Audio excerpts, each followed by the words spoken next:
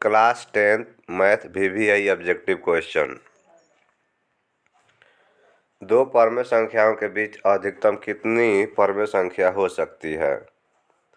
दो परमे संख्याओं के बीच कितनी अधिकतम परमे संख्या हो सकती है? तो अनगिनत हो सकती है, यानी कि अनंत हो सकता है। आंसर हो जाएगा आपका डी नंबर। निम्नलिखित में कौन सी अभाज्य संख्या? अभाज्य संख्या का मतलब हुआ उसमें खुद से भाग लगे और एक से लगे, इसके अलावा किसी से भाग नहीं लगे।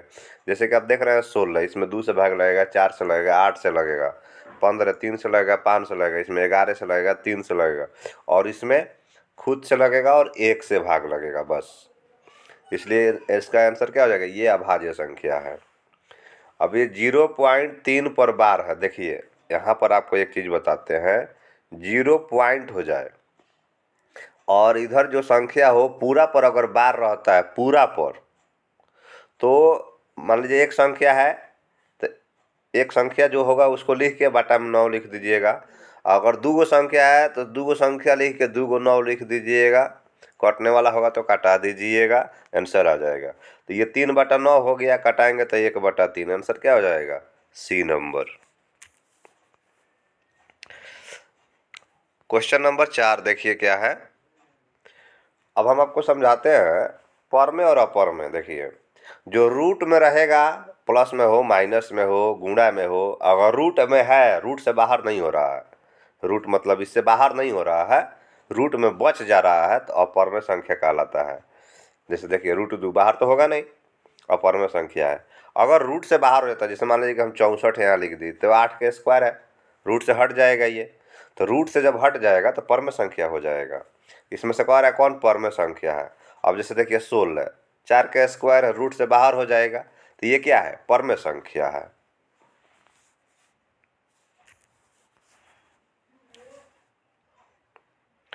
छः नंबर, 5, 15, 20 के लसा और मसा का अनुपात बताना है। पहले लसा निकाल लीजिए, इसका एलसीएम निकाल लेंगे हम। तो एलसीएम निकालेंगे तो 60 आ जाएगा, ठीक है, एलसीएम निकाल लिए। मसा निकाल लेंगे, मसा निकालेंगे तो 5 आ जाएगा।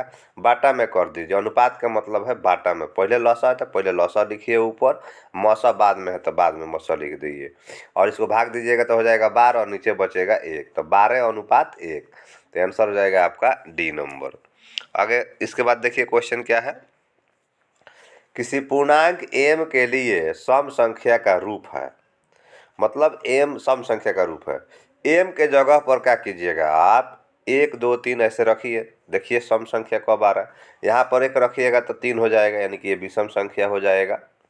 यहाँ पर 1 रखिएगा तो 2 और 1 3 हो जाएगा, यानी विषम संख्या हो जाएगा।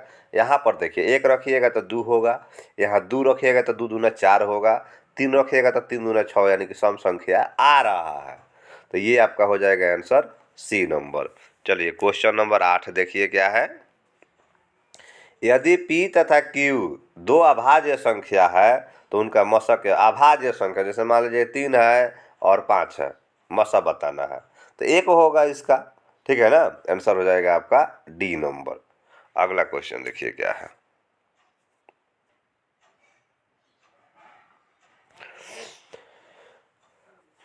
जीरो और 50 के बीच विषम संख्याओं की संख्या, विषम संख्याओं की संख्या, जैसे हमारे 0 से शुरू है तो 1 2, यानी कि 50 गो संख्या है तो 25 गो हो जाएगा। 25 गो विषम हो जाएगा, यानी विषम संख्या माने 1 3 5 7, ठीक है, तो 25 आंसर हो गया। अपर में नहीं है, इसमें कह रहा है अपर में नहीं है बताना है। अब बताइए रूट से बाहर नहीं होगा, अपर में है, रूट से बाहर नहीं होगा, अपर में है, रूट से बाहर नहीं होगा, अपर में है, ये रूट से बाहर हो जाएगा। क्या क्या है? ये 11 का स्क्वायर है, स्क्वायर होता तो रूट से बाहर, तो ये आपका क्या है? पर में संख्या, ये अपर में नहीं है। देखिए कौन सा अपर में नहीं है इसमें भी बताना है। अब देखिए रूट से बाहर नहीं होगा, रूट से बाहर नहीं होगा, रूट से बाहर नहीं होगा, ये 8 का स्क्वायर है, नीचे 9 का स्क्वायर है, रूट से बाहर हो जाएगा, तो ये आपका जो है अपर में नहीं है।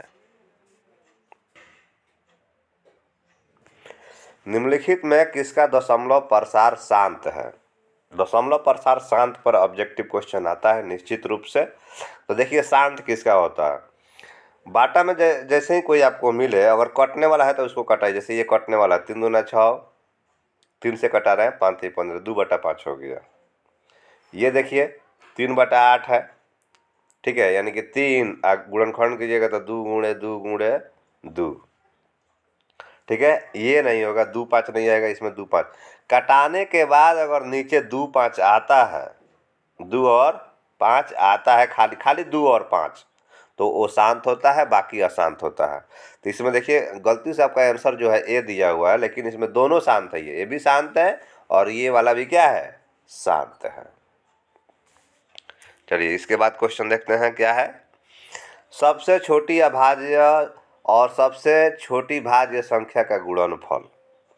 सबसे छोटी अभाज्य 2 और सबसे छोटी भाज्य संख्या का गुणनफल कह रहा है, तो हो जाएगा 4।